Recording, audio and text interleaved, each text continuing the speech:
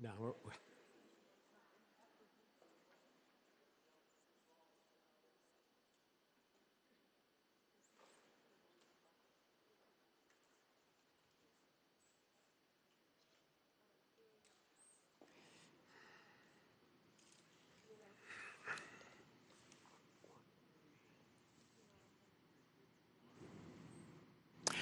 Good evening from the Health Education campus of Case Western Reserve University.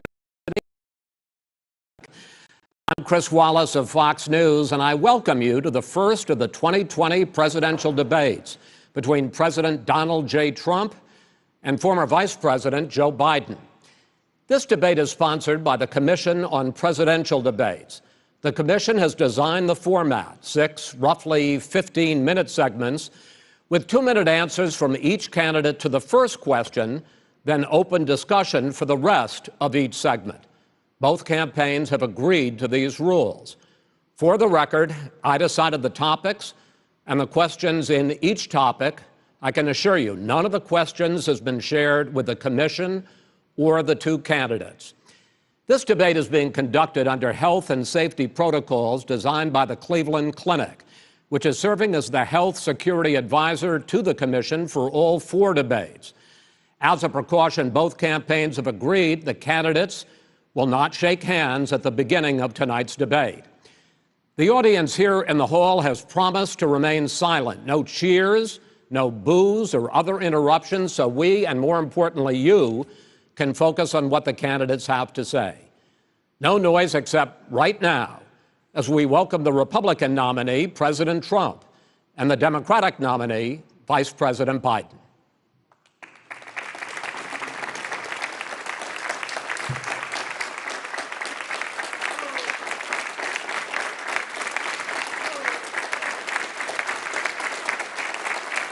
How you doing, man? How are you? I'm well.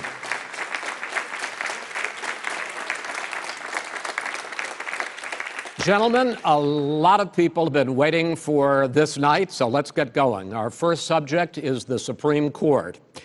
President Trump, you nominated Amy Coney Barrett over the weekend to succeed the late Ruth Bader Ginsburg on the court.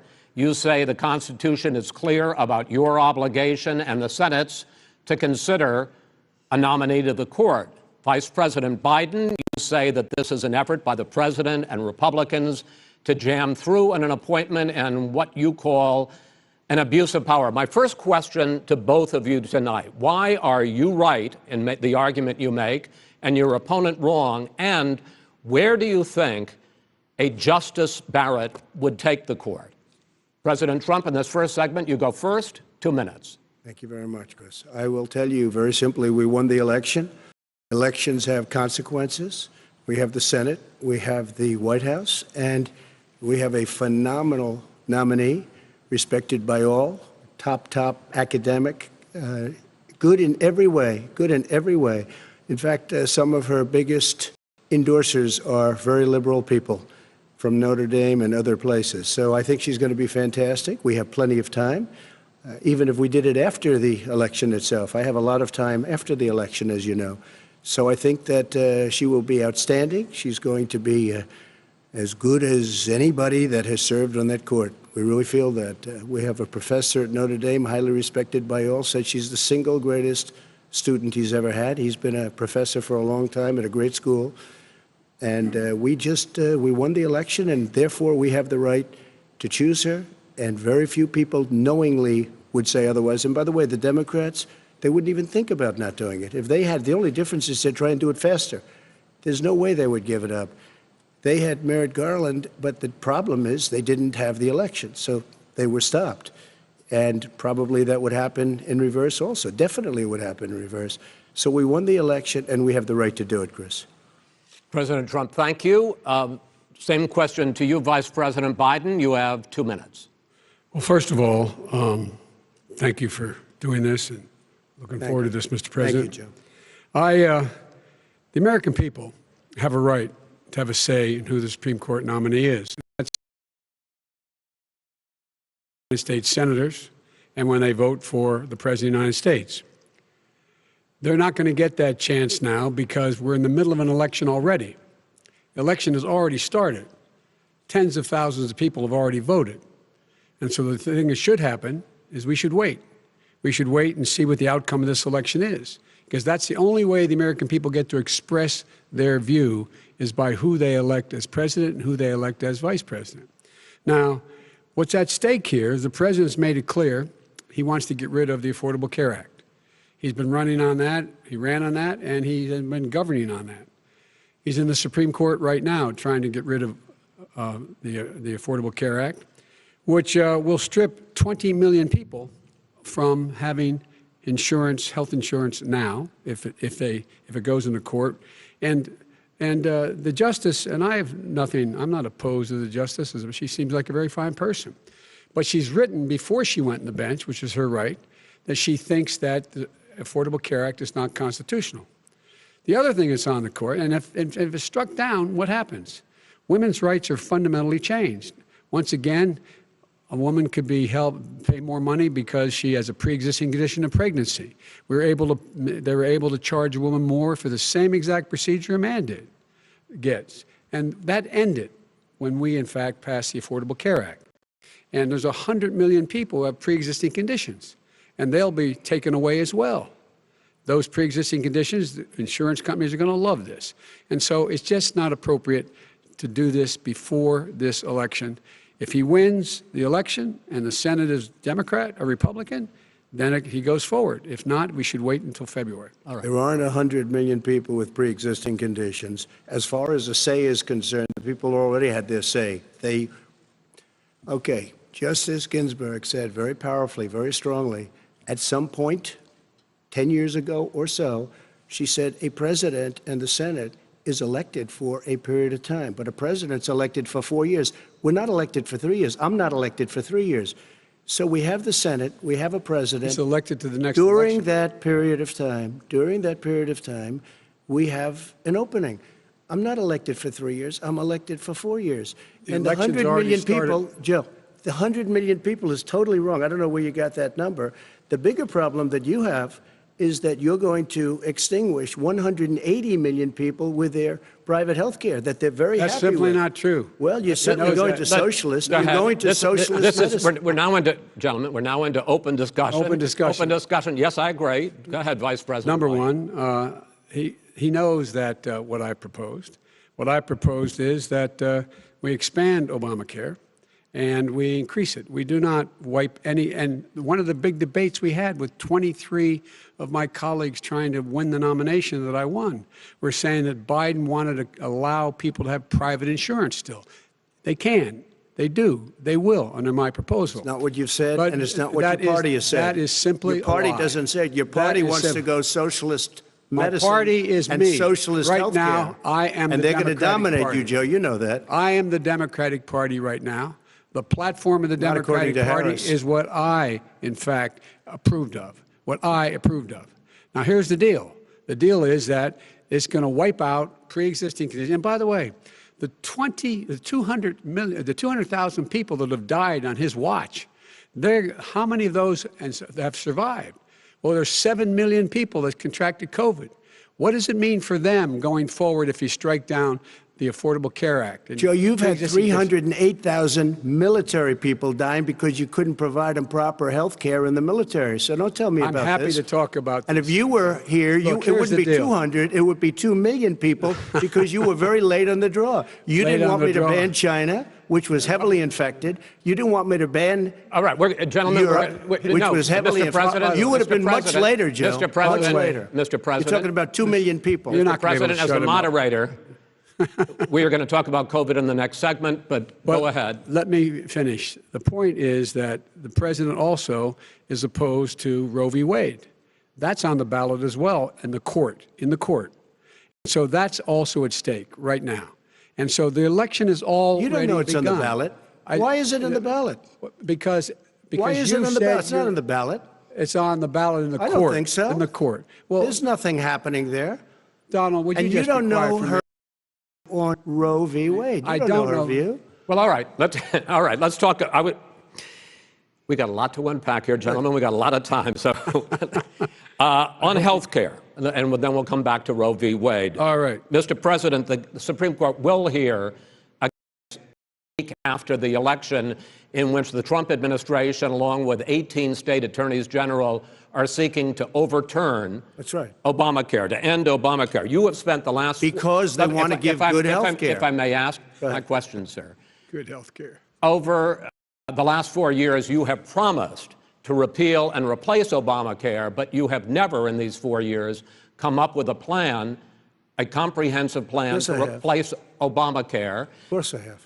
Well, I'll I give got you an rid of the individual when I finish, mandate. I'm going to give you an Excuse me. opportunity. I got rid of the individual mandate, which was a That is big not a chunk of comprehensive Obamacare. That plan. is absolutely a big thing. That was the I worst part of didn't ask you, Obamacare. sir. Chris, You're that was the debating him, worst not part me. of Obamacare. Let me ask my Well, question. I'll ask Joe. The individual mandate was the most unpopular aspect of Mr. Obamacare. I President, got rid of it. I'd like you and to, we will protect Mr. people President, with I'm the pre-existing moderator of this conditions. debate, and I would like you to let me ask my question, and then you can answer your ahead. question.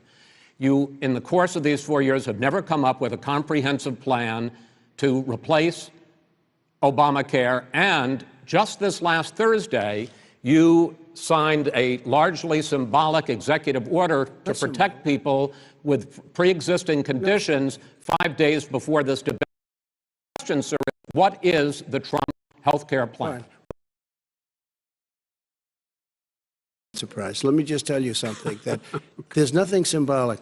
I'm cutting drug prices. I'm going with favored nations, which no president has the courage to do because you're going against big pharma. Drug prices will be coming down 80 or 90%. You could have done it during your 47-year period in government, but you didn't do it. Nobody's done it. So we're cutting health care. All the things that we've done, He has not cut insulin. health I give care. you an example. Insulin. It was destroying families, destroying people. The cost. I'm getting it for so cheap.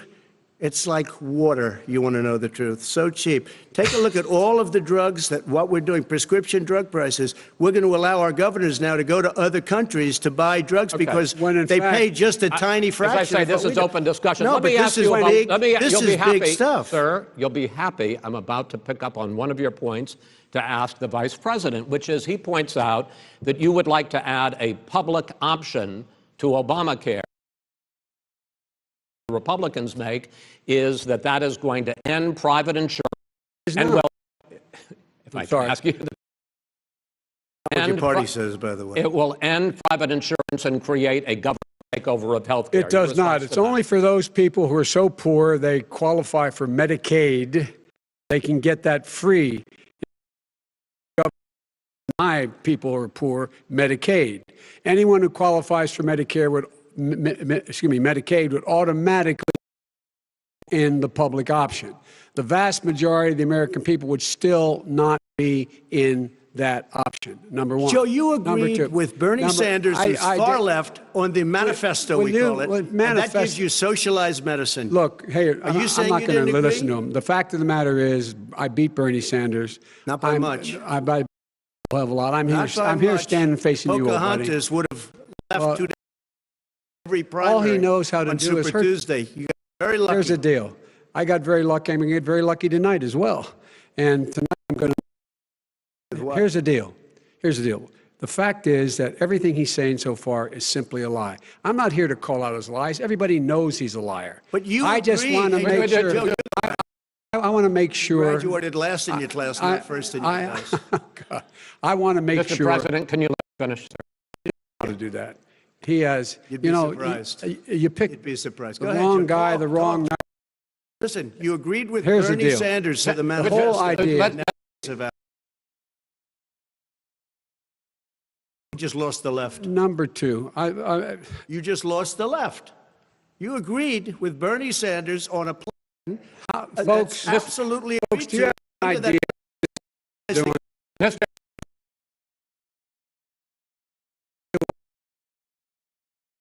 Any help for people needing health care because he in fact already has cost because of his people getting health care through Obamacare now that he wants to take it away. He won't ever look you in the eye and say that.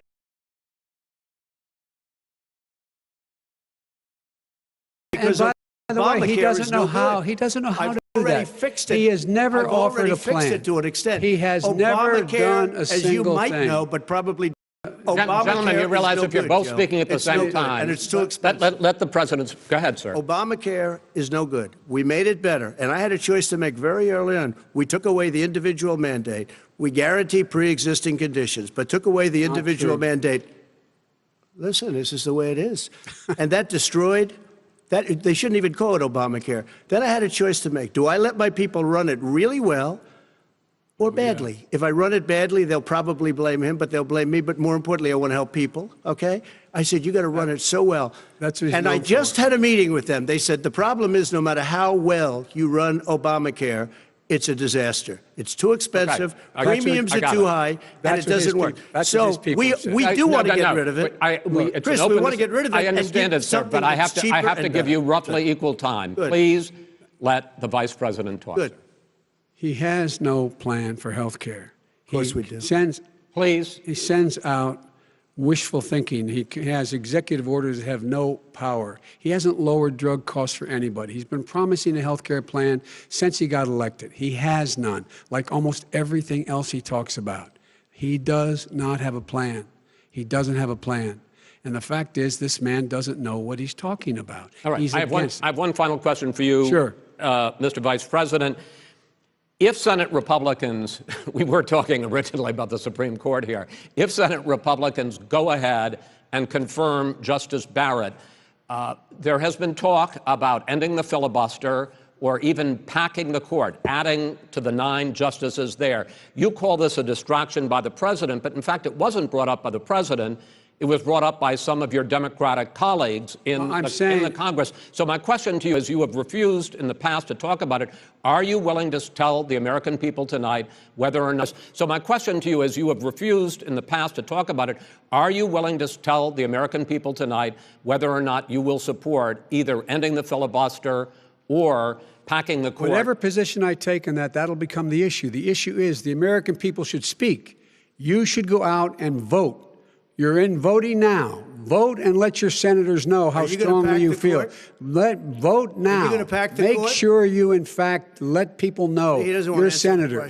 I'm not going to answer the question. Why would you answer that because question? the question is the question is Justice, radical left. Will you shut up, man? Listen, who is on your list, Joe? Who's on your list? Right, gentlemen, I think we've ended this. He's going to pack the court. We have not going to give a list. We have ended this segment. We're going to move on to the second segment. That was really a productive segment, wasn't it?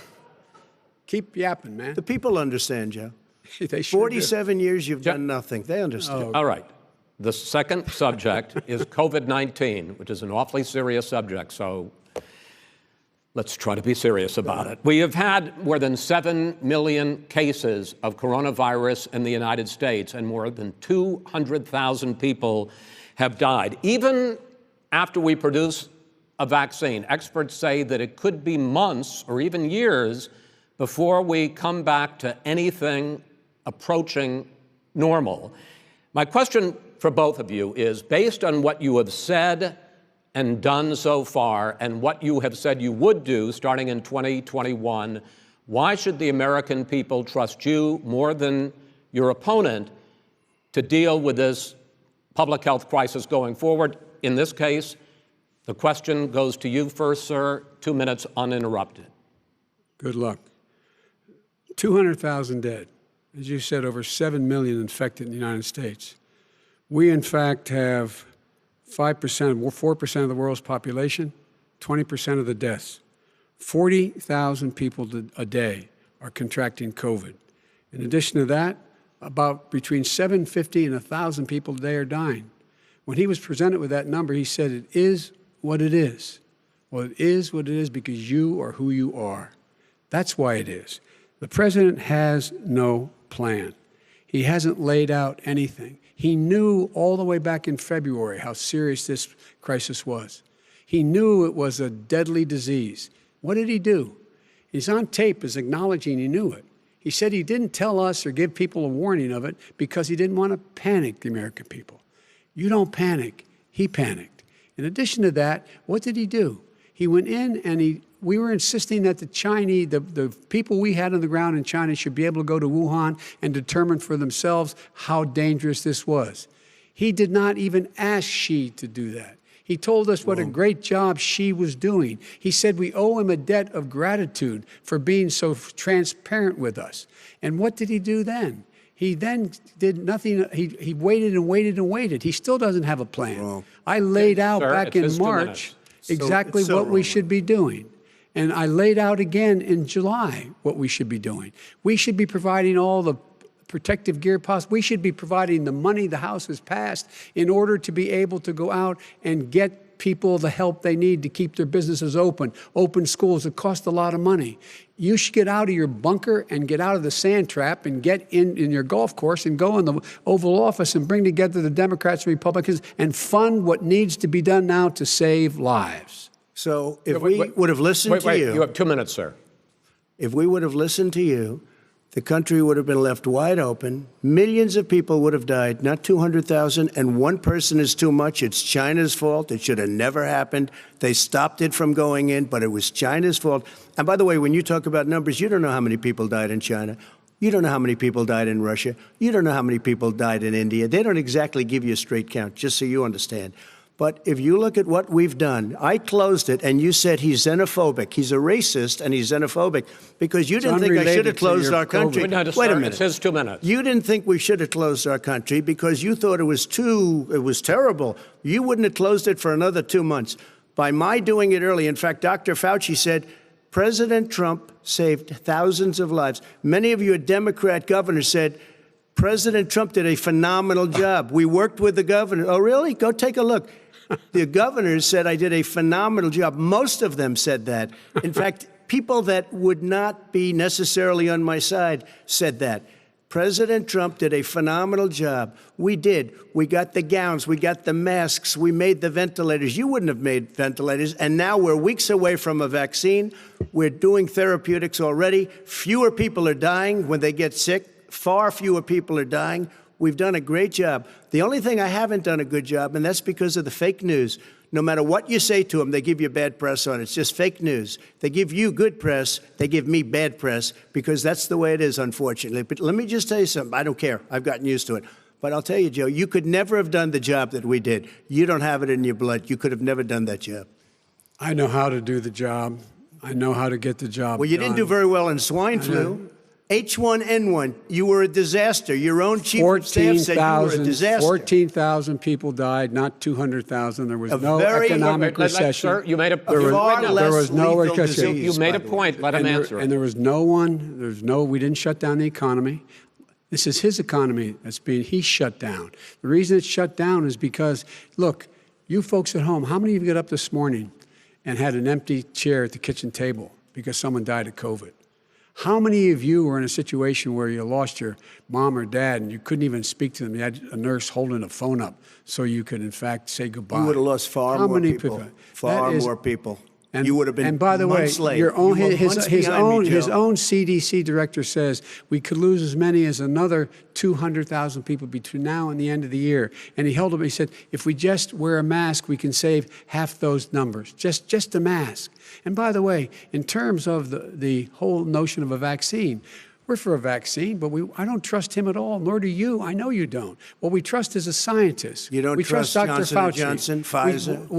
Okay, by the way, gentlemen, let me move on to questions about the future, because you both have touched on two of the questions I'm going to ask. Focusing on the future first, President Trump, you have repeatedly either contradicted or been at odds with some of your government's own top scientists. The week before last, the head of the Centers for Disease Control, Dr. Redfield, said it would be summer before the vaccine would become generally available to the public. You said that he was confused and mistaken. Those were your two words. Yeah. But Dr. Slaoui, the head of your Operation Warp Speed, has said exactly the same thing. Are they both wrong? Well, I've spoken to the companies, and we can have it a lot sooner. It's a very political thing because people like this would rather make it political than save lives. God. It is a very political thing. I've spoken to Pfizer. I've spoken to all of the people that you have to speak to. We have great Moderna, Johnson & Johnson, and others. They can go faster than that by a lot.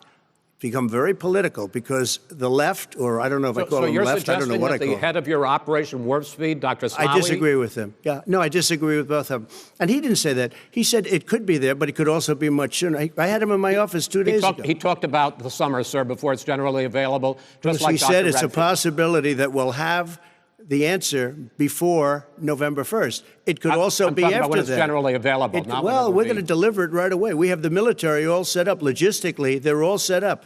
We have our military that delivers soldiers, and they can do 200,000 a day. They're going to be delivering. This is the same man who told set you up. By Easter this would be gone away. By the warm weather it'd be gone. Miraculous, like a miracle. And by the way, maybe you could inject some bleach in your arm, and that would take care of it. This is the same man. That was said sarcastically, you know that. That was said sarcastically. And so here's the deal. This man is talking about a vaccine. Every serious company is talking about maybe having a vaccine done by the end of the year. But the distribution of that vaccine will not occur until sometime beginning or the middle of next year to get it out, if we get the vaccine. And pray God we will. Pray God we will. Mr. Vice President, I want to pick up, though. You'll have the vaccine sooner. I want to pick up on this question, though. You say the public can trust the scientists, but they can't trust President Trump. In fact, you said that again tonight. Your running mate, Senator Harris, goes further, saying the public health experts, quote, will be muzzled, will be suppressed. Given the fact that polls already show that people are concerned about the vaccine and are reluctant to take it, are you and your running mate, Senator Harris, contributing to that fear? No more than the question you just asked him. You pointed out. He puts pressure and disagrees with his own scientists. But you're saying Everybody you can't, knows. or Senator Harris is saying you can't trust the scientists. No, you can trust the scientists. She didn't say that. You can't trust She said the public health experts, quote, will be muzzled, will be suppressed. Well, that's what he's going to try to do. But there's millions of scientists, there's thousands of scientists out there, like here at this great hospital, that don't work for him. Their job doesn't depend on him. That's not, they're the people, and by the way. I spoke to the scientists that are in charge. By the way. They will have the vaccine very soon. Let him finish. Do you believe for a moment what he's telling you in light of all the lies he's told you about the whole issue relating to COVID? He still hasn't even acknowledged that he knew this was happening, knew how dangerous it was going to be back in February, and he didn't even tell you. He's on record as saying it. He panicked or he just looked at the stock market, one of the two, because guess what? A lot of people died. and a lot more are going to die unless he gets a lot smarter, a lot quicker. So, Mr. President? Did you use the word smart? So you said you went to Delaware State, but you forgot the name of your college. You didn't go to Delaware State. You graduated either the lowest or almost the lowest in your class. Don't ever use the word smart with me. Don't ever use that word. Oh, give me a break. Because you know what? There's nothing smart about you, Joe. 47 years, you've done nothing. Let's have this debate. And if you would have had, let me just tell you something, Joe. No, if you would have had the charge of what I was put through, I had to close the greatest economy in the history of our country. And by the way, now it's being built again. See, and it's We're going to going get up to the fast. economy in the next segment, sir. Okay. It's going up fast. Okay. Look forward to talking. When it comes to how the virus has been handled so far, the two of you have taken very different approaches, and this is going to affect how the virus is handled going forward by whichever of you ends up becoming the next president. I want to quickly go through several of those. Reopenings. Vice President Biden, you have been much more reluctant than President Trump about reopening the economy and schools. Why, sir? Because he doesn't have a plan. If I were running, I know what the plan is. You've got to provide these businesses the ability to have the money to be able to reopen with the PPE as well as with the sanitation they need. You have to provide them plastic. Tell that to Nancy Pelosi. Well, he's just shush for a minute. Tell it to Nancy Pelosi. And Schumer, by the Brian way, Chuck. Nancy Pelosi and Schumer, they have a plan. He won't even meet with them. The Republicans won't meet with the Senate. And he sits in his golf course. And I mean, literally, think about it. You probably play more than I do, Joe. What about this question of reopenings and the fact? Well, he wants to shut down this country. And I want to keep it open. And we did a great thing by shutting it down. Wait a minute, Joe. Let me shut you down for a second, Joe, just for 1 second. He wants to shut down the country. We just went through it. We had to because we didn't know anything about the disease. Now we found that elderly people with heart problems and diabetes and different problems are very, very vulnerable. We learned a lot. Young children aren't. Even younger people aren't. We've learned a lot. But he wants to shut it down. More people will be hurt by continuing. If you look at Pennsylvania, if you look at certain states that have been shut down, they have Democrat governors all. One of the reasons they're shut down is because they want to keep it shut down until after the election on November 3rd. I want to move on to another because subject. it's a I want to move political on to another subject.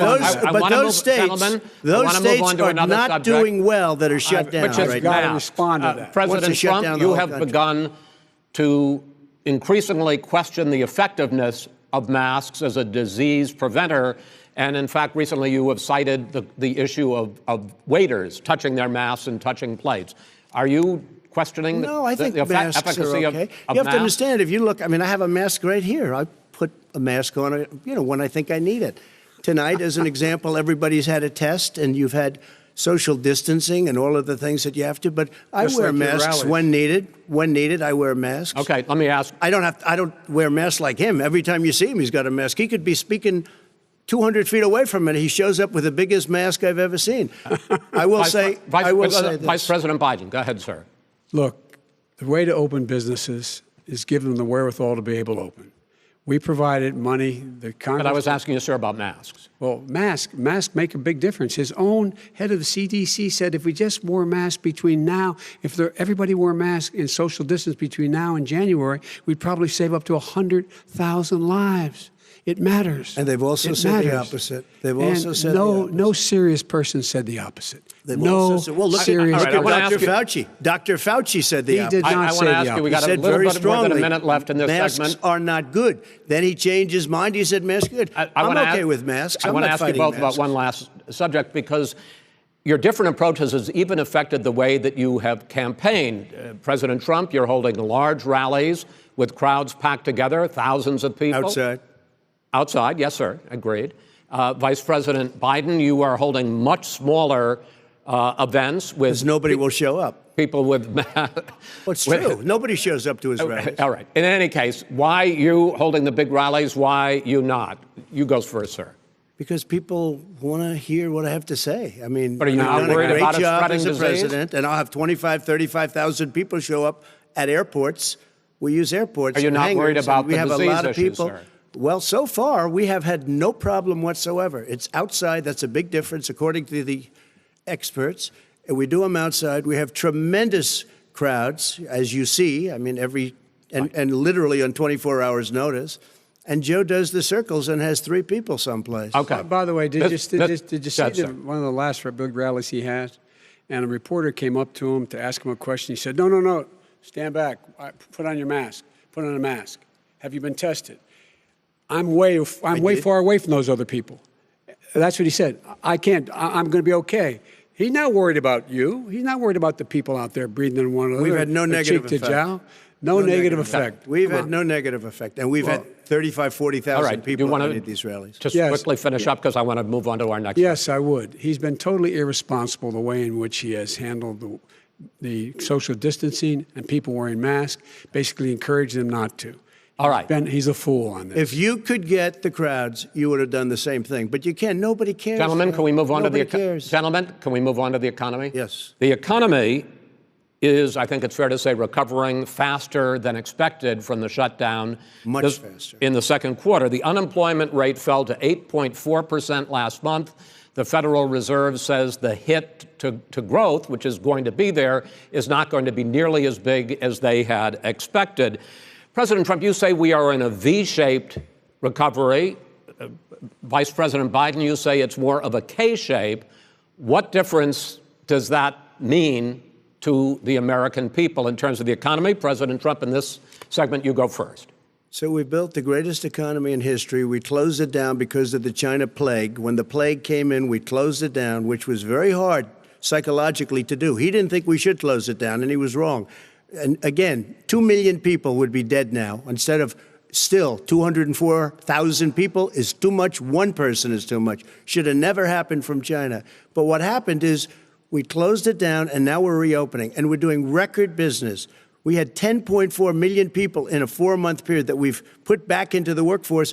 That's a record the likes of which nobody's ever seen before. And he wants to close down he will shut it down again. He will destroy this country. You know, a lot of people, between drugs and alcohol and depression, when you start shutting it down, you take a look at what's happening at some of your Democrat-run states where they have these tough shutdowns. And I'm telling you, it's because they don't want to open it. One of them came out last week. You saw that. Oh, we're going to open up on November 9th. Why November 9th? Because it's after the election. They think they're hurting us by keeping them closed. They're hurting people. People know what to do. They can social distance. They can wash their hands. They can wear masks. They can do whatever they want. But they got to open these states up. When you look at North Carolina, and these governors are under siege, Pennsylvania, Michigan, and a couple of others, you got to open these states up. It's not fair. You're talking about almost it's like being in prison. And you look at what's going on with divorce, look at what's going on with alcoholism and drugs. It's a very, very sad thing. And he'll close down the whole country. This guy will close down the whole country and destroy our country. Our country is coming back incredibly well, setting records as it does it. We don't need somebody to come in and say, let's shut it down. All right. Your 2 minutes, sir. We're now moved to you. As I said, posing the question, the president says it's a V-shaped recovery. You say it's a K-shaped recovery. What's the difference? The difference is millionaires and billionaires like him in the middle of the COVID crisis have done very well. Billionaires have made another $300 billion because of his profligate tax proposal, and he only focused on the market. But you folks at home, you folks living in Scranton and Claymont and all the small towns and working class towns in America, how well are you doing? This guy paid a total of $750 in taxes. Sir, wait, no, sir, it's just the wrong statement. Yeah, I understand. You've agreed to the 2 minutes, so please let him have it. Do I get my time back? The fact is that he has, in fact, worked on this in a way that he's going to be the first president of the United States to leave office having fewer jobs in his administration than when he became president. Fewer jobs than when he became president. First one in American history. Secondly, the people who have lost their jobs are those people who have been on the front lines, those people who have been saving our lives, those people who have been out there dying, people who've been putting themselves in the way to make sure that we could all try to make it. And the idea that he is insisting that we go forward and open when you have almost half the states in America with a significant increase in COVID deaths and COVID cases in the United States of America. and he wants to open it up more. Why does he want to open it up? Why doesn't he take care of the American? You can't fix the economy until you fix the COVID crisis. And he has no intention of doing anything about making it better for you all at home in terms of your health and your safety. Schools, why aren't schools open? Because it costs a lot of money to open them safely. You know, they were going to give, his administration was going to give the teachers and school students masks. And then they decided, no, couldn't do that because it's not a national emergency. Not a national emergency. They've done nothing to help small businesses. Nothing. They're closing. 1 in 6 is now gone. He ought to get on the job and take care of the needs of the American people so we can open safely. All right. Your time is up, sir. Well, we are going to get to... I have to respond to that. Well, you both had 2 minutes, sir. Excuse me, he made a statement. So did you. People want their schools, people want their schools open. They don't want to be shut down. They don't want their state shut down. They want their restaurants. I look at New York. It's so sad what's happening in New York. It's almost like a ghost town. And I'm not sure it can ever recover what they've done in New York. People want their places open. They want to get back to their lives. They'll be careful, but they want their schools open. I'm the one that brought back football. By the way, I brought back Big Ten football. It was me, and I'm very happy to do it. And people of Ohio are very proud of me. And you know how I found out? When he took Gentlemen, we're going to ad. get to your economic plans going forward in a moment. But first, Mr. President, as you well know, there's a new report that in 2016, the year you were elected president, and 2017, your first year as president, that you paid $750 a year in federal income tax each of those years. I know that you pay a lot of other taxes, but I'm asking you the specific question. Is it true that you paid $750 in federal income taxes each of those 2 years? I paid millions of dollars in taxes, millions of dollars of income tax. And let me just tell you, there was a story in one of the papers. I paid $38 million 1 year. I paid $27 million. Show us your tax returns. I went... you'll see it as soon as it's finished. You'll see it. You know, if you want to go to the Board of Elections. There's a 118-page or so report that says everything I have, every bank I have, I'm totally under-leveraged because the assets are extremely good, and we have a very, I built a great company. I'm asking you a specific question, which is... But let me tell you... I understand all of that. I understand all of that. No, Mr. President. Go ahead. I'm asking you a question.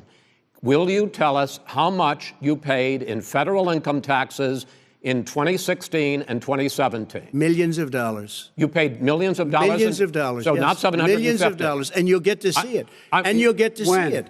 But let me just tell you, Chris, let me just tell you something, that it was the tax laws. I don't want to pay tax.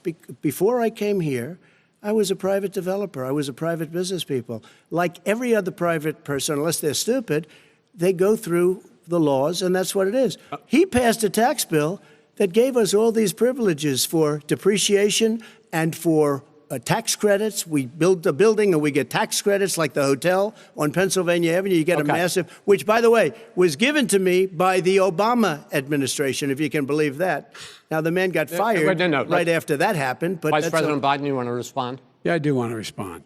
Look, the tax code that made him put him in a position that he pays less tax than a school teacher makes on the money a school teacher makes is because of him he says he's smart because he can take advantage of the tax code. And he does take advantage of the tax code. That's why I'm going to eliminate the Trump tax cuts. And I'm going to eliminate those tax cuts and make sure that we invest in the people who, in fact, need the help. People out there need help. But why didn't you do it over the last 25 years? Because you weren't president. Because you weren't president screwing things up. You were a senator. And You're by the way, worst you were president America has ever had. Hey, Come Joe, on. let me just tell you, Joe. I've done more in 47 months. I've done more than you've done in 47 years, Joe. We've done things that you never even thought of doing, including fixing the broken military that you gave me, including taking care of your vets. Mr. President, we're talking about the economy. I'd like to ask you about your plans going forward because, Mr. Vice President, your economic plan, if you were to be elected president, focuses a lot on big government, big taxes, big spending. I want to focus first on the taxes. You propose more than $4 trillion over a decade in new taxes on individuals making more than $400,000 a year and on corporations.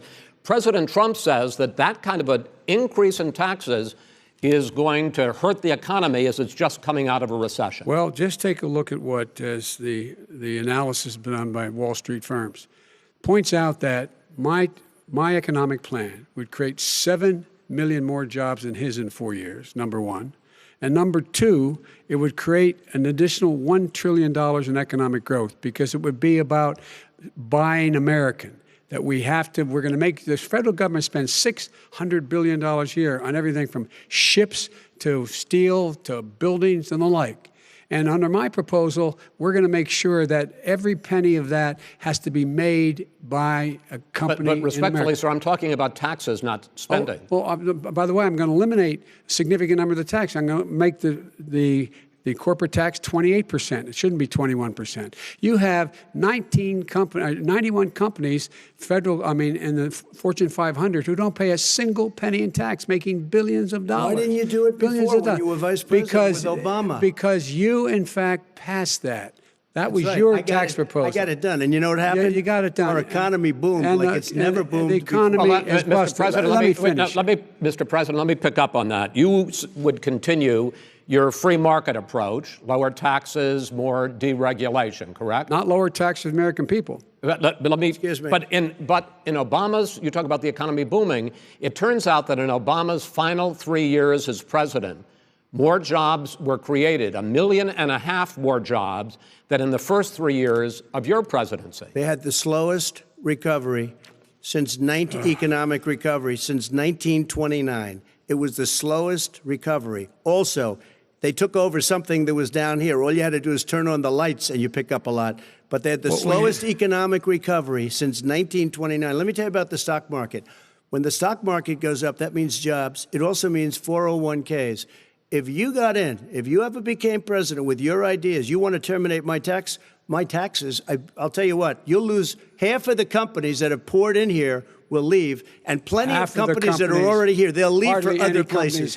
They will leave, and you will have a depression, the likes of which you've never seen. Look, we inherited the worst recession short of a depression in American history. I was asked to bring it back. We were able to have an economic recovery that created the jobs you're talking about. We handed him a booming economy. He blew it. It wasn't booming. He blew it. It wasn't booming. It was the weakest recovery since 1929. Is it fair to say he blew it when fact, there was record low unemployment before COVID? Yeah, but because what he did, even before COVID, manufacturing went in the hole.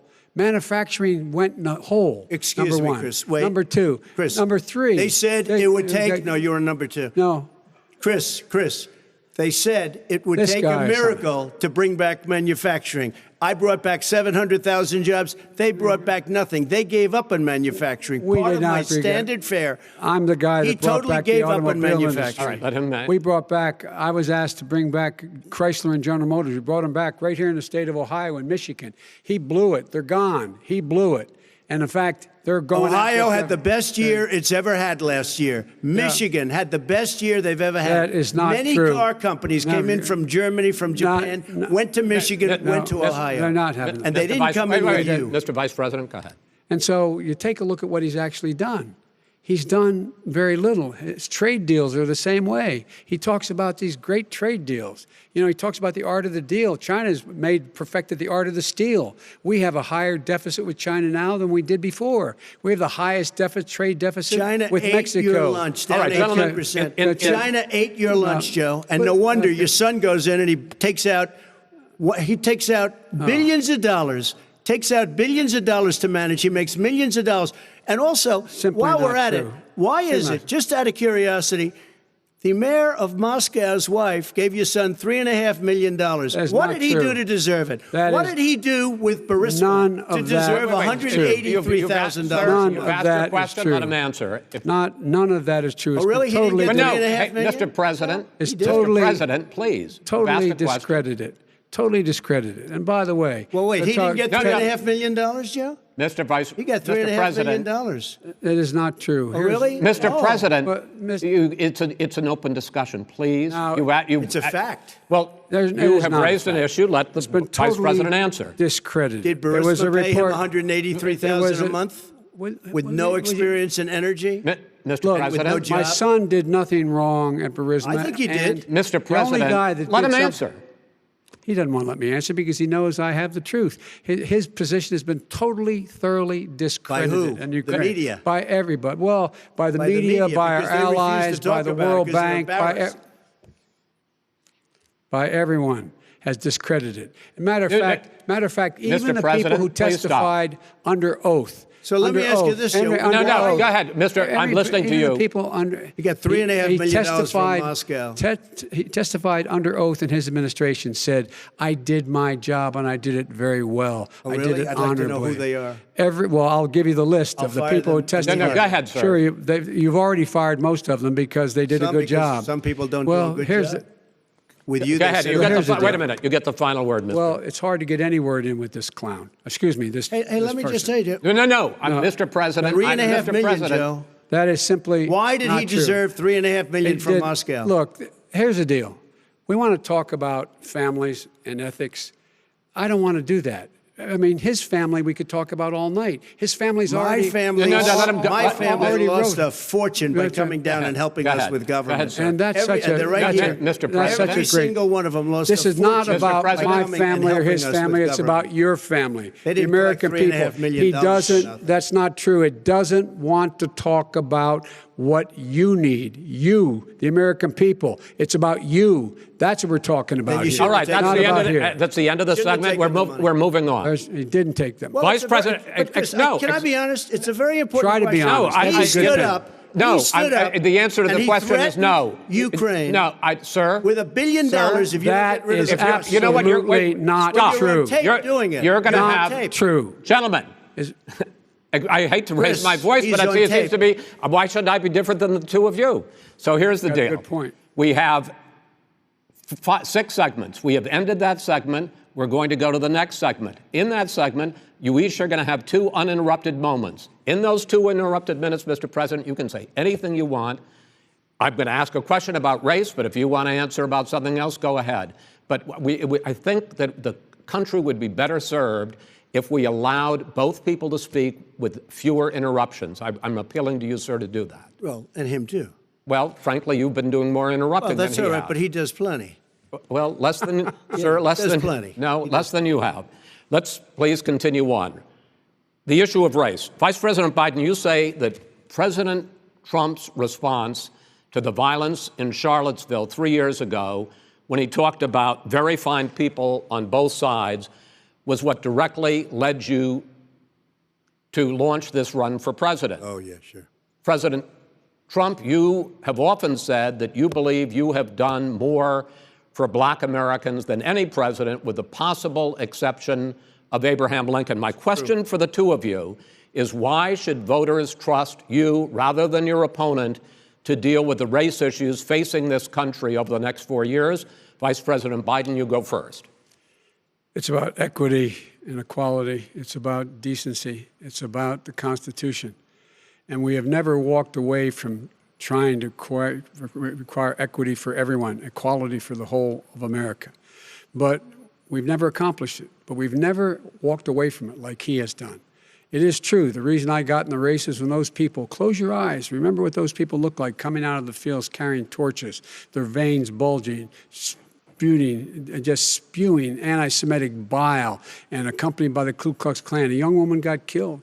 And they asked the president what he thought. He said there were very fine people on both sides. No president has ever said anything like that. It is whose Now, 2 minutes, sir. second point I'd make to you is that when Floyd was killed, when Mr. Floyd was killed, there was a peaceful protest in front of the White House.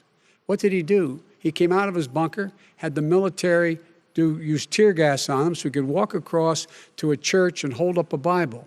And then what happened after that? The bishop of that very church said that it was a disgrace. The general who was with him said all he ever wants to do is divide people, not unite people at all. This is a president who has used everything as a dog whistle to try to generate racist hatred, racist division. This is a man who, in fact, you talk about helping African Americans.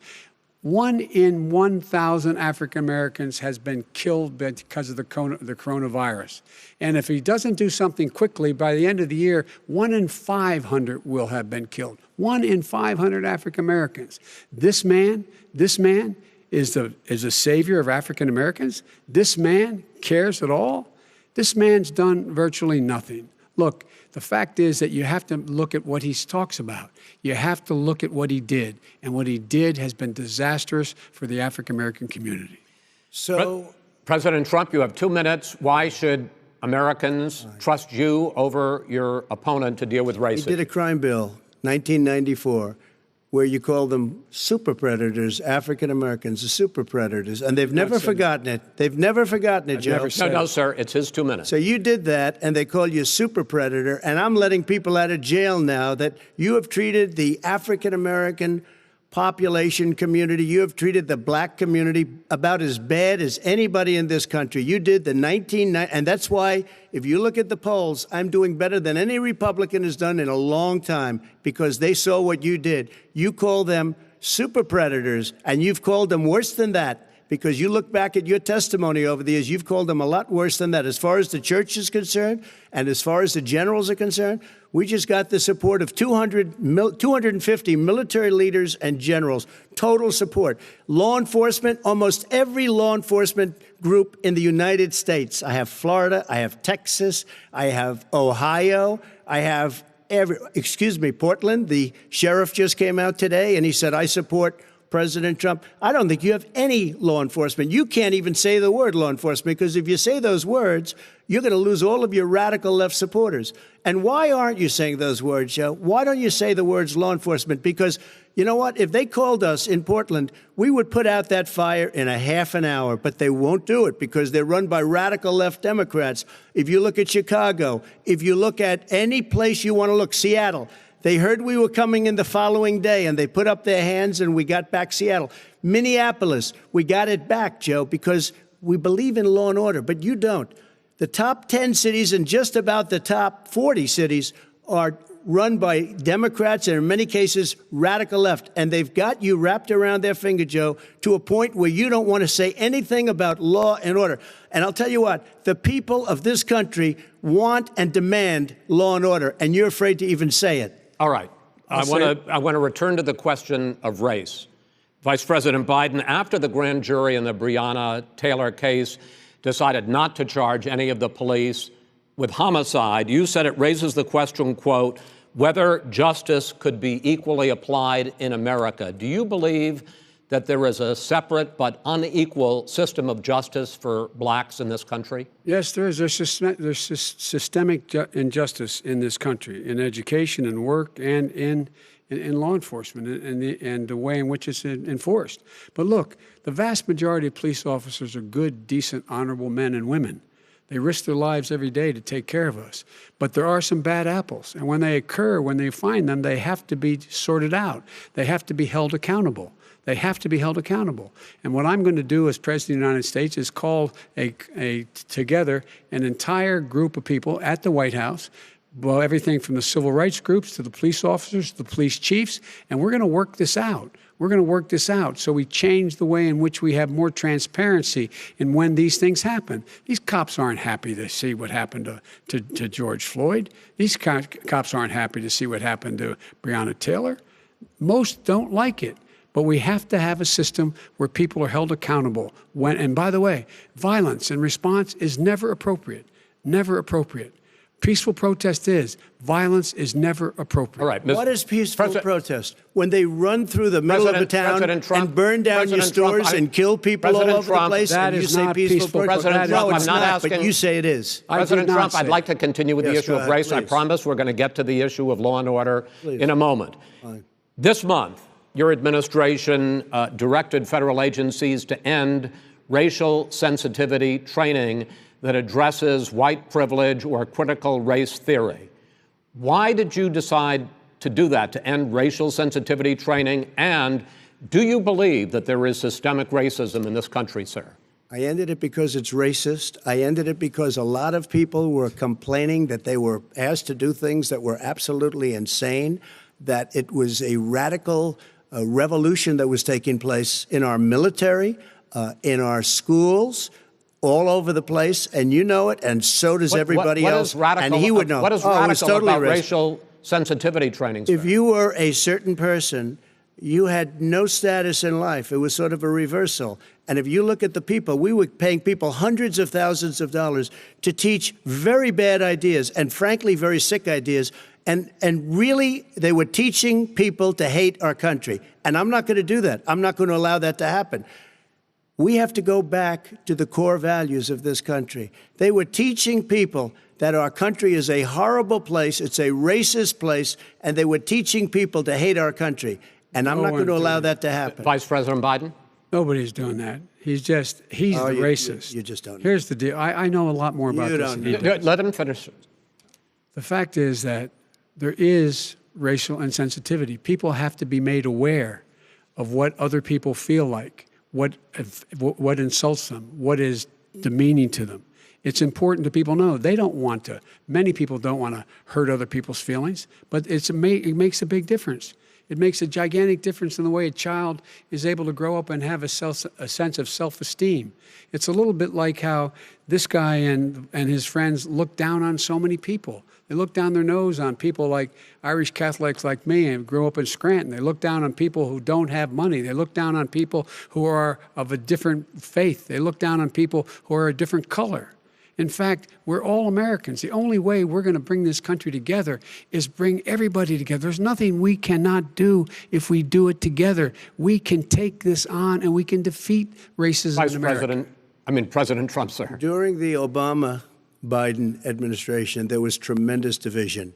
There was hatred. You look at Ferguson, you go to many places. Look at Oakland. Look what happened in Oakland. Look what happened in Baltimore. Look what happened. Frankly, it was more violent than what I'm even seeing now. Oh, my but Lord. The reason is that ridiculous. the Democrats that run these cities don't want to talk like you about law and order. Violent and you crime, still haven't mentioned. Violent Are you crime. in favor of law and order? I'm in favor of law. You following Are you in it and a little favor bit of law and order? Go yes, ahead, I'm say in favor. it. You asked Everybody's a in favor question, of let him finish. Law and order. Law and order. Let him answer. Law and order with justice, where people get treated fairly. Okay. And the fact of the matter is, violent crime went down 15% in our administration. All right. It's gone up on his watch. Went down much more in ours. All right, we're now. Mr. President, you're going to. Mr. President, every record in the book. Mr. President, you're going to be very happy because we're now going to talk about law and order. Places we had trouble were Democratic-run cities. That's exactly my question. There has been a dramatic increase in homicides in America this summer, particularly, and you often blame that on Democratic mayors and Democratic governors, but in fact, there have been equivalent spikes in Republican-led cities like Tulsa and Fort Worth. So the question is this really a party issue? I think it's a party issue. You can bring in a couple of examples, but if you look at Chicago, what's going on in Chicago, where 53 people were shot and 8 died, shot. If you look at New York, where it's going up like nobody's ever seen anything, the numbers are going up 100, 150, 200%. Crime. It is crazy what's going on. And he doesn't want to say law and order because he can't, because he'll lose his radical left supporters. And once he does that, it's over with. But if he ever got to run this country and they ran it the way he would want to run it, our suburbs would be gone. By the way, our suburbs would be gone, and you would see problems like you've never seen. He would know a suburb unless he took a wrong turn. Oh, I know suburbs. He would not. So much Go ahead. Wait a minute. I was raised in the suburbs. This is not 1950. All these dog whistles on racism don't work anymore. Suburbs are by and large integrated. There's many people today driving their kids to soccer practice and or to black and white and Hispanic in the same car as there have been any time in the past. What really is a threat to the suburbs and their safety is his failure to deal with COVID. They're dying in the suburbs. His failure to deal with the environment. They're being flooded. They're being burned out because his refusal to do anything. That's why the suburbs are in trouble. I do want to talk about this issue of law and order, though. And in the joint recommendation that came from the Biden-Bernie Sanders task force, you talked about, quote, reimagining policing. First of all, what does reimagining policing mean, and do you support? It means. Let me, if I might finish the question. What does reimagining policing mean, and do you support the Black Lives Matter call for for community control of policing? Look, what I support is the police having the opportunity to deal with the problems they face. And I'm totally opposed to defunding the police offices. As a matter of fact, local police, the only one defunding it, his budget calls for a $400 million cut in local law enforcement assistance. They need more assistance. They need, when they show up for a 9/11 call, to have someone with them as a psychologist or psychiatrist to keep them from having to use force and be able to talk people down. We have to have community policing like we had before, where the officers get to know the people in the communities. That's when crime went down. It didn't go up, it went down. And so we have to be engaged. That's not what they're talking about, Chris. That's not what he's talking about, defunding the police. That is not true. He doesn't have any law support. Look, he has no law enforcement support. That's not true. Almost nothing. Look. Oh, really? Who do you have? Name one group that supports you. Name one group that came out and supported you. Go ahead. Think. We have time. We don't have time to do anything. No, think All right. Name one law enforcement group that came out and supported you. Gentlemen, I think I'm going to take back the moderator's role, and I want to get to another subject, which is the issue of protests in many cities that have turned violent. In Portland, Oregon, especially, we had more than 100 straight days of protests, which I think you would agree. You talk about peaceful protests. Many of those turned into riots. Mr. Vice President, you say that people who commit crimes should be held accountable. The question I have, though, is, as the Democratic nominee, and earlier tonight you said that you are the Democratic Party right now, have you ever called the Democratic mayor of Portland or the Democratic governor of Oregon and said, hey, you got to stop this, bring in the National Guard, do whatever it takes, but you stop the days and months of violence in Portland? I don't hold public office now. I am a former vice president. I've made it clear in my public statements that the violence should be prosecuted. It should be prosecuted, and anyone who commits it. But you've never called for the people, the leader. Excuse me, sir.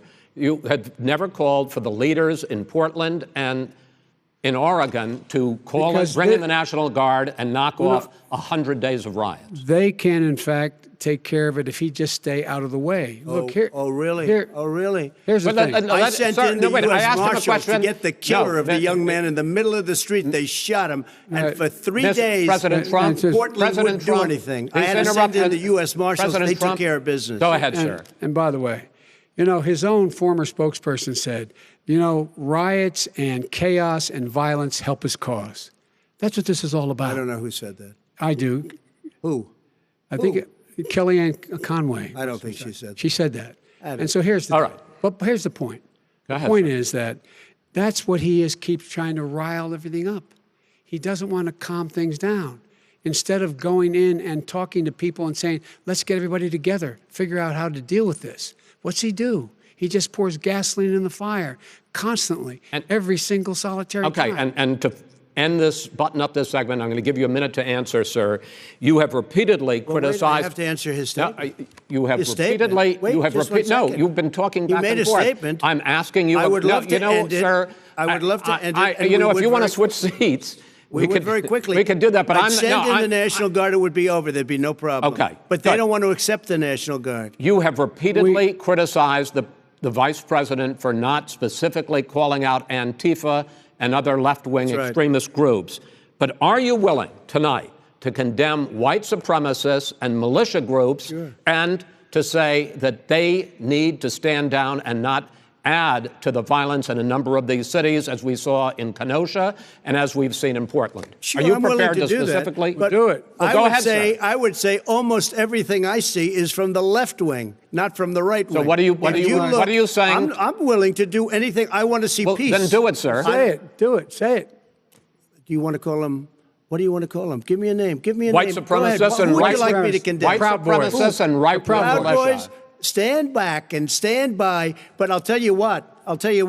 Somebody's got to do something about Antifa and the left, because this is not a right-wing problem. This is a left-wing. FBI director This is a left-wing problem. White supremacists. Antifa's an idea, not an organization. Oh, you got to be not kidding. militia. That's what his it's an idea. FBI his FBI director Gentlemen, said. Well, then you know what? We're done, sir. We're Everybody- moving on to the next. everybody We're When moving. a bat hits you over the head, that's not an idea. Everybody in Antifa your is administration bad. tells you the truth has a bad idea. Can I tell you what? You have no ideas that are Antifa is a dangerous, All right, radical gentlemen, group. we're now moving on to the Trump And and you ought to be Biden careful with records. them. They'll overthrow you. When in a 2 president, seconds. I'm going to ask a question. When the president seeks a second term, it is generally a referendum on his record. But Vice President Biden, you like to quote one of your dad's sayings, which is, don't compare me to the almighty, compare me to the alternative. And in this case, sir, you are the alternative. Looking at both of your records, I'm going to ask each of you, why should voters elect you president over your opponent? In this segment, President Trump, you go first, 2 minutes. Because there has never been an administration or president who has done more than I've done in a period of 3.5 years. And that's despite the impeachment hoax. And you saw what happened today with Hillary Clinton, where it was a whole big con job. But despite going through all of these things, where I had to fight both flanks and behind me and above, there has never been an administration that's done what I've done. The greatest, before COVID came in, the greatest economy in history, lowest unemployment numbers. Everything was good. Everything was going. And by the way, there was unity going to happen. People were calling me for the first time in years. They were calling and they were saying, it's time maybe. And then what happened? We got hit, but now we're building it back up again. A rebuilding of the military, including Space Force and all of the other things. A fixing of the VA, which was a mess under him. 308,000 people died because they didn't have proper health care. It was a mess.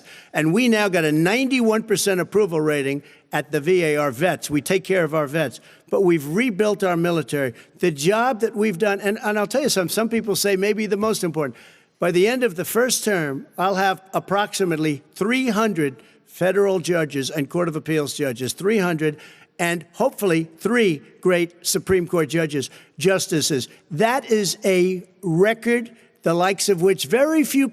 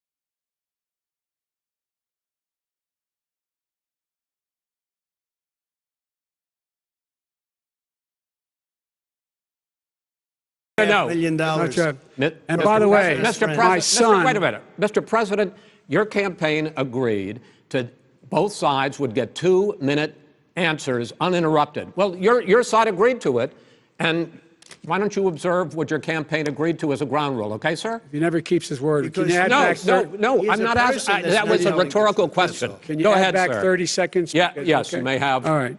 Go ahead. So, thirdly, we're poor. The billionaires have gotten much more wealthy by a tune of over 3 to 4 since COVID. You in the home, you got less. You're in more trouble than you were before. In terms of being more violent, when we were in office, there were 15% less violence in America than there is today. He's president of the United States. It's on his watch. And with regard to more divided, the nation can't stay divided. We can't be this way. And speaking of my son, the way you talk about the military, the way you talk about them being losers and being and just being suckers. My son was in Iraq. He spent a year there. He got the Bronze Star. He got the Conspicuous Service Medal. He was not a loser. He was a patriot, and the people left behind there were heroes. Really? And I resent. Are you talking like about Hunter? hell. Are you talking about Hunter? I'm talking about my son, Beau Biden. You're talking about. I don't know Beau. I know Hunter. Yeah, Hunter you know got Beau. thrown. Hunter got thrown out of the military. He was thrown out, dishonorably discharged. That's not true. He For wasn't dishonorably. cocaine use. And he didn't have a job until you became vice president. And once you None became of that vice is president, true. he made a fortune in Ukraine, in China, in Moscow, That is simply and various not other places. true. He My made son, a fortune. Gentlemen, my son, and he didn't have a job. My son, like a lot of people we know at home, had a drug problem. He's overtaken it. He's fixed it. He's worked on it, and I'm proud of him. But why was he proud of given my tens son. of millions All of right. But dollars? he wasn't given All right. tens of millions He was of dollars. given That tens is of totally, millions of that's dollars. totally President Trump, discredited. we've already been Totally discredited. We've already been through this. I think the American people would rather hear about more substantial So do I. subjects. Well, you know, as the moderator, sir, I'm going to make a I know, but judgment when somebody call here. gets $3.5 million Okay, great. from the Let's mayor talk of about- Moscow, let's talk That is about- not I think true. it's a terrible That thing. report is totally Why did he get discredited. it? I Mitt think, Romney on that committee said it wasn't worth taxpayers' money, that report. It was written for political reasons. you know, I'd like to talk about climate change. So would I. Okay. The forest fires in the West are raging now. They have burned millions of acres. They have displaced hundreds of thousands of people.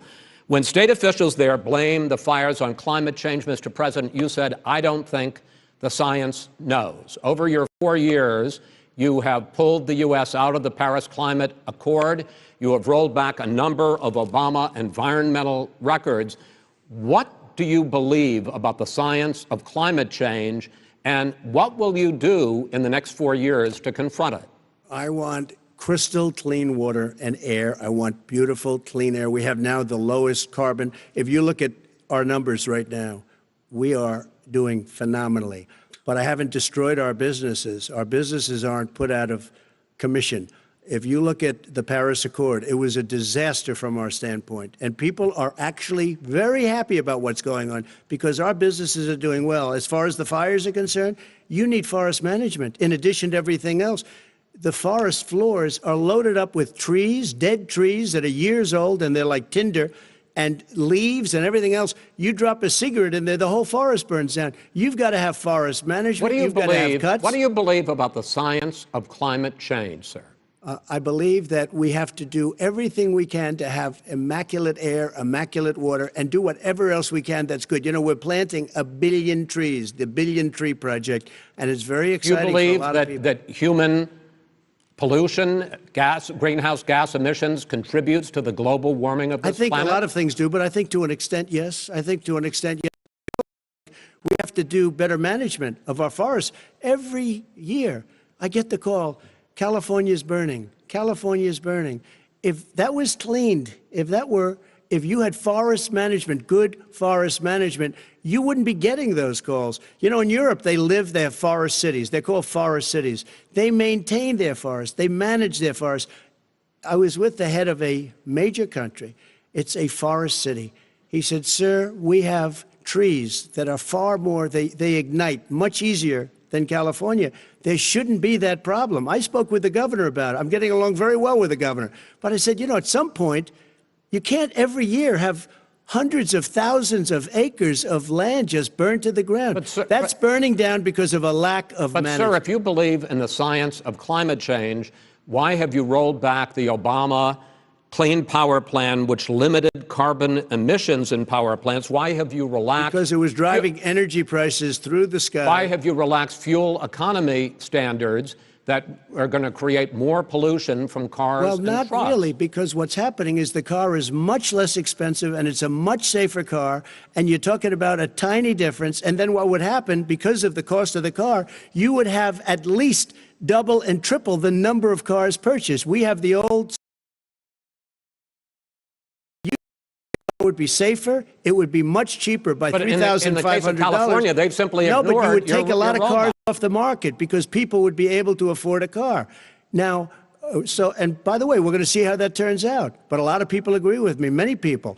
The car has gotten so expensive because they have computers all over the place for an extra little bit of gasoline. And, and I'm okay with electric cars, too. I think I'm all for electric cars. I've given big incentives for electric cars.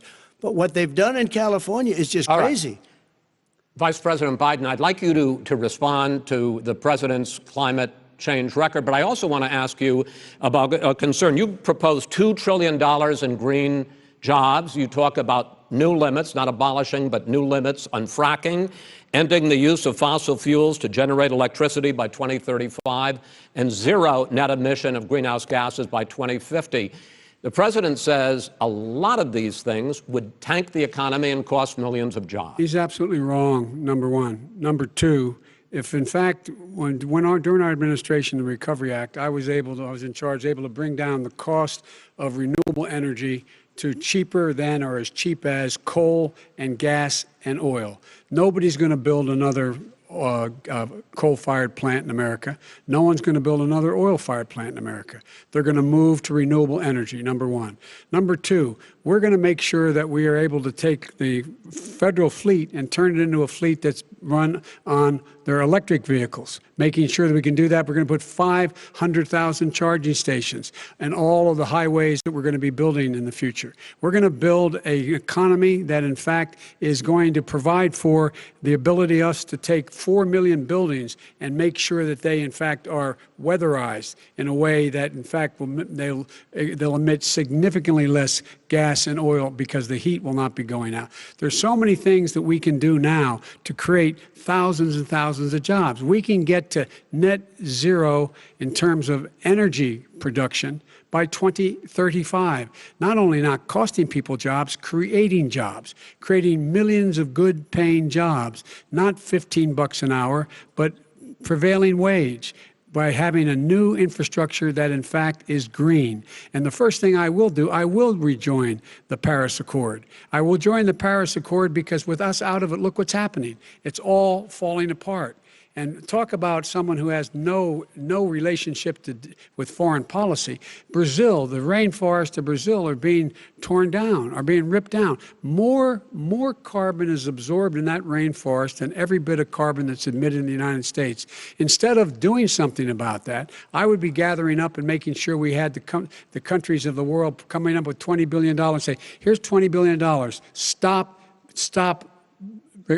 tearing down the forest. And if you don't, then you're going to have significant economic consequences. What about the argument that President Trump basically says that you have to balance environmental interests and economic interests, and he's drawn his line?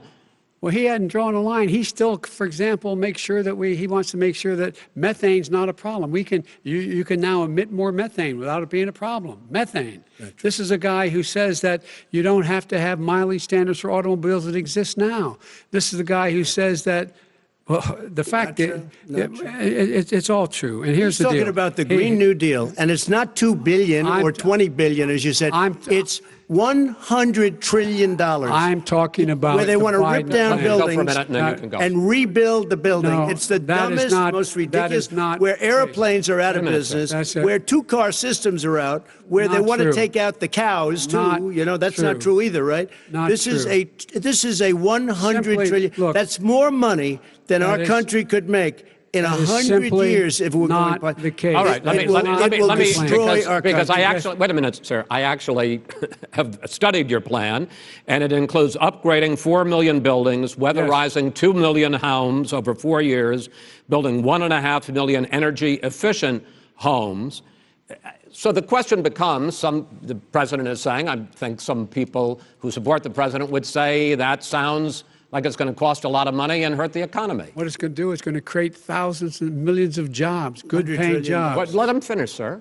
He doesn't know how to do that. $100 billion. The fact is, it's going to create millions of good-paying jobs, and these tax incentives for people to weatherize, which he wants to get rid of. It's going to make the economy much safer. Look how much we're paying now to deal with the hurricanes. By the way, he has an answer for hurricanes. He said maybe we should drop a nuclear weapon on them. They may. I never said that. That's at all. He did say. You made it up. And here's the deal. You make up a we are going to be in a position where we can create hard, good jobs by making sure the environment is clean and we all are in better shape. We spend billions of dollars now, on floods, hurricanes, rising seas. We're in real trouble. Look what's happened just in the Midwest with these storms that come through and wipe out entire sections and counties in Iowa. That didn't happen before. They're because of global warming. We make up 15% of the world's problem. We, in fact, but the rest of the world, we've got to get them to come along. That's why we have to get back into the Paris Accord. All right, gentlemen. Wait a minute, Chris. So why didn't he do it for 47 years? You were vice president. Why didn't you get the world? China sends up real dirt into the air. Russia does. India does. They all do. We're supposed to be good. And by the way, he made a couple of statements. The Green New Deal is $100 trillion. That is not my plan. That's the Green well, New you want to rebuild Deal every is building. Not my plan. You want to rebuild every. If he knew anything about, if he knew anything he made a about, statement about the military. He said I said something about the military. He and his friends made it up, and then they went with it. I never said it. Okay. That is what not he true. did is he You're done said in this segment. he called the military Mr. Vice President, stupid bastards. I and he did said not it on say tape. He said Mr. stupid Please, bastards. He sir, said it. stop. I would never say that to the military. Play it. Go ahead. You're Mr. on Vice tape. President answered his final question. The final question is, I can't remember which of all his rantings. Was the final question. I'm having a little trouble myself, but and about the economy and about this question of what it's going to cost. The economy. I mean, the Green New Deal and the idea of what your environmental Green New changes Deal, will do. The Green New Deal will pay for itself as we move forward. We're not going to build plants that, in fact, are great polluting plants. So do you We're going to support build the Green New Deal? Pardon me? Do you support that? No, I don't support the Green New Deal. Oh, you don't? Oh, well, that's a big statement. I that support means you the just lost the radical left. I Oh, support you the don't. Biden plan that I put forward. Okay. The Biden plan, which is different than what he calls the radical Green New Deal. All right, gentlemen, final segment, election integrity. As we meet tonight, millions of Americans are receiving mail-in ballots or going to vote early. How confident should we be that this will be a fair election, and what are you prepared to do over the next 5+ weeks, because it'll not only be to Election Day, but also counting some ballots, mail-in ballots after Election Day. What are you prepared to do to reassure the American people that the next president will be the legitimate winner of this election? In this final segment, Mr. Vice President, you go first. Prepared to let people vote. They should go to iwillvote.com. Decide how they're going to vote, when they're going to vote, and what means by which they're going to vote. His own Homeland Security Director, and as well as the FBI Director, says there is no evidence at all that mail ballots are a source of being manipulated and cheating. They said that. The fact is that there are going to be millions of people because of COVID that are going to be voting by mail-in ballots, like he does, by the way. He sits behind the Resolute desk and sends his ballot to Florida, number one. Number two, we're going to make sure that those people who want to vote in person are able to vote because enough poll watchers are there to make sure they can socially distance. The polls are open on time, and the polls stay open until the votes are counted. And this is all about trying to dissuade people from voting because he's trying to scare people into thinking that it's not going to be legitimate. Show up and vote. You will determine the outcome of this election. Vote, vote, vote. If you're able to vote early in your state, vote early. If you're able to vote in person, vote in person. Vote whatever way is the best way for you, because he cannot stop you from being able to determine the outcome of this election. And in terms of whether or not, when the votes are counted, and they're all counted, that will be accepted. If I win, that will be accepted. If I lose, that'll be accepted. But by the way, if in fact he says he's not sure what he's going to accept, well, let me tell you something. It doesn't matter, because if we get the votes, it's going to be all over. He's going to go. He can't stay in power. It won't happen. It won't happen. So vote. Just make sure you understand you have it in your control to determine what this country is going to look like the next 4 years. Is it going to change? Or you get 4 more years of these lies? Mr. President, 2 minutes. So when I listened to Joe talking about a transition, there's been no transition from when I won. I won that election. And if you look at crooked Hillary Clinton, if you look at all of the different people, there was no transition, because they came after me trying to do a coup. They came after me spying on my campaign. They started from the day I won, and even before I won, from the day I came down the escalator with our First Lady. They were a disaster. They were a disgrace to our country. And we've caught them. We've caught them all. We've got it all on tape. We've caught them all. And by the way, you gave the idea for the Logan Act against General Flynn. You better take a look at that, because we caught you in a sense. And President Obama was sitting in the office. He knew about it, too. So don't tell me about a free transition. As far as the ballots are concerned, it's a disaster. A solicited ballot, okay, solicited is okay. You're soliciting, you're asking, they send it back, you send it back. I did that. If you have an unsolicited, they're sending millions of ballots all over the country.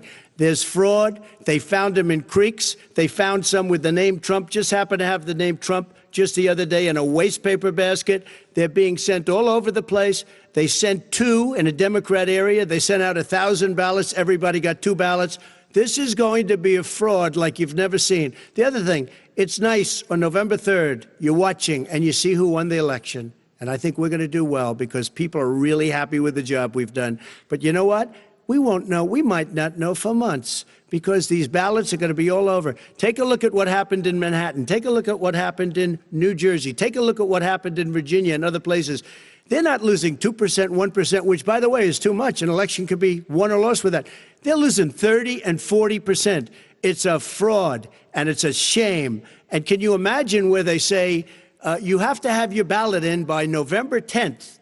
November 10th. That means that's 7 days after the election, in theory, should have been announced. Okay. We have major states with that, sir, all run by Democrats. 2 minutes is 2 minutes. All run by Democrats. It's President Trump, it's a rigged election. You're going to be able to continue.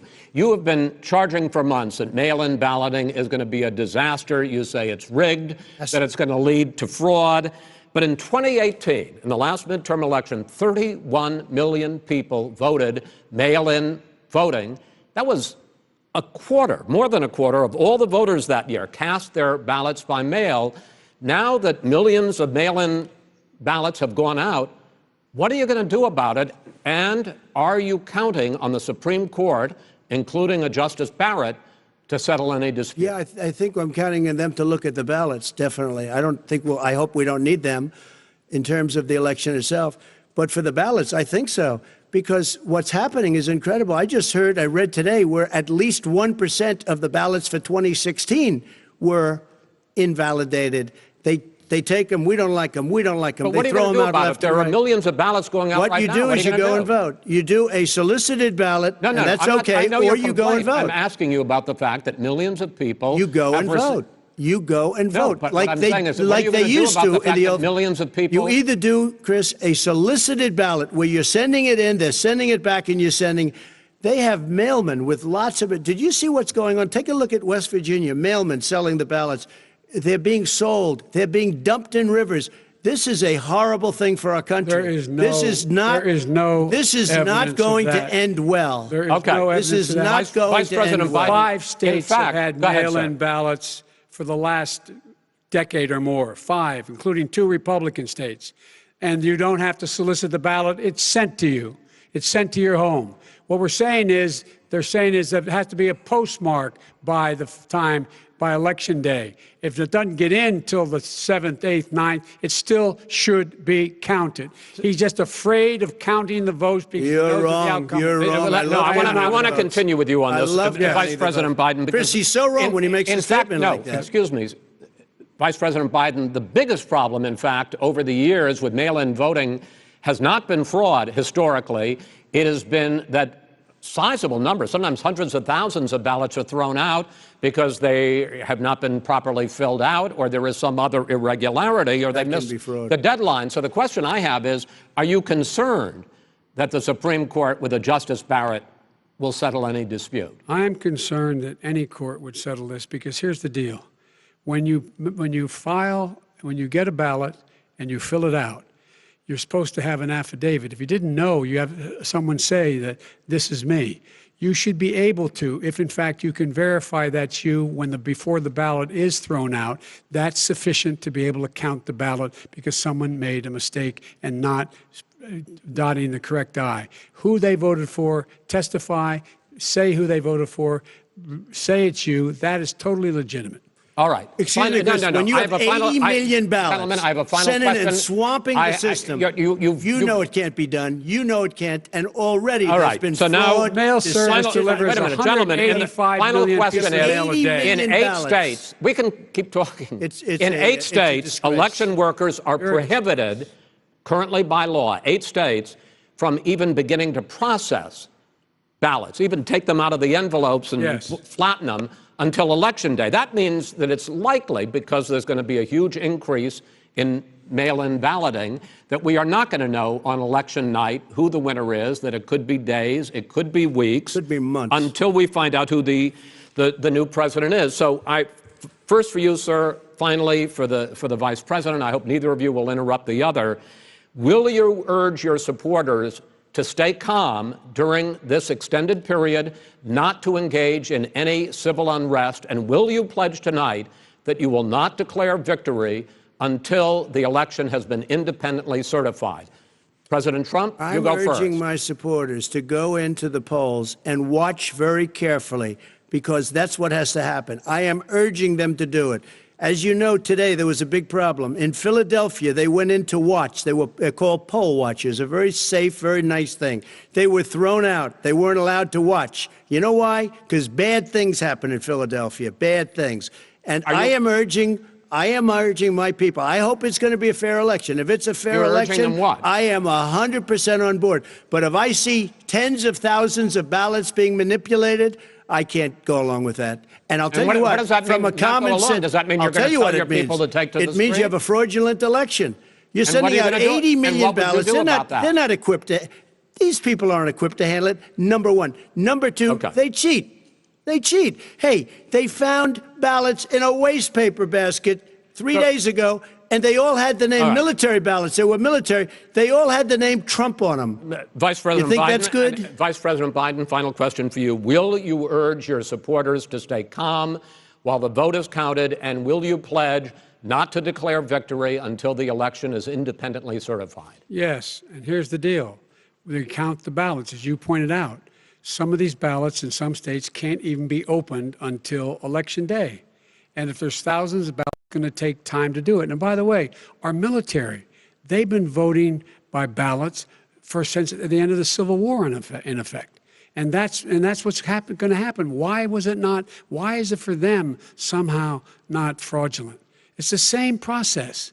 It's honest. No one has established at all that there is fraud related to mail-in ballots, that somehow it's a fraudulent process. It's already been established. Take a look at Carolyn Maloney's race. I asked you had an opportunity to respond. Look at Carolyn Maloney. Go ahead. They have no idea what happened. Vice President Biden, go ahead. He has no idea what he's talking about. Here's the deal. The fact is, I will accept it, and he will too. You know why? Because once the winner is declared, after all the ballots are counted, all the votes are counted, that'll be the end of it. That'll be the end of it. And if it's me, in fact, fine. If it's not me, I'll support the outcome. And I'll be a president not just for the Democrats. I'll be a president for Democrats and Republicans. And this guy, I want to see an honest ballot count. Gentlemen, you say that's the end of it? This is the end of this debate? Honest ballot count. We're going to leave it there. To be continued as in more debates as we go on. President Trump, Vice President Biden, it's been an interesting hour and a half. I want to thank you both for participating in the first of 3 debates that you have agreed to engage in. We want to thank Case Western Reserve University and the Cleveland Clinic for hosting this event. The next debate, sponsored by the Commission on Presidential Debates, will be 1 week from tomorrow, October 7th, at the University of Utah in Salt Lake City. The 2 vice presidential nominees, Vice President Mike Pence and Senator Kamala Harris, will debate at 9 p.m. Eastern that night. We hope you watch. Until then, thank you and good night.